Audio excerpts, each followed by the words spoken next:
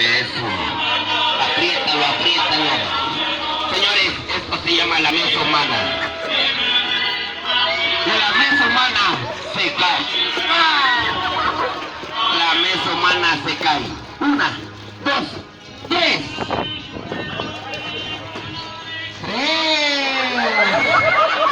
El aplauso para él. No se vayan, les voy a dar un regalo. No se vayan, no se vayan. Mira, mira, mira. Caballero, voy a ver eso. Vengan, vengan, papá, vengan. Cachetón, hermano, a mí. Les voy a dar un regalo, ven, hermano. Caballero, hermano, ven. Ay, gracias. Canela, Cacao y chachi. canela, cacao y el chachi. Bueno, les voy a dar un regalo.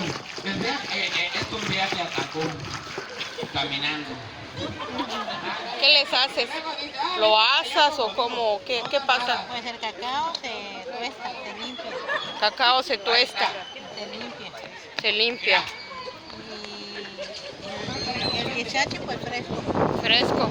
Pero así se lo agregas, así, no se asa ni nada. Me acuerdo cuando estaba yo con mi mamá. Una vez me dice mi La mamá, panela digo, se ¿qué haces? raspa. Le digo, nada, mamá. ¿La canela se raspa? Panela. Panela, panela. Una madrita, ¿viste? Entonces ya no compré aquí las sorpresas. Ahí te metes buena y canela. Una paz.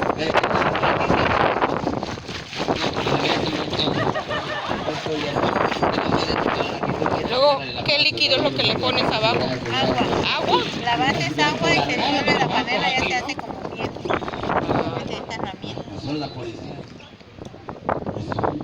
Dios mío. Perdón, pero Esta es la miel.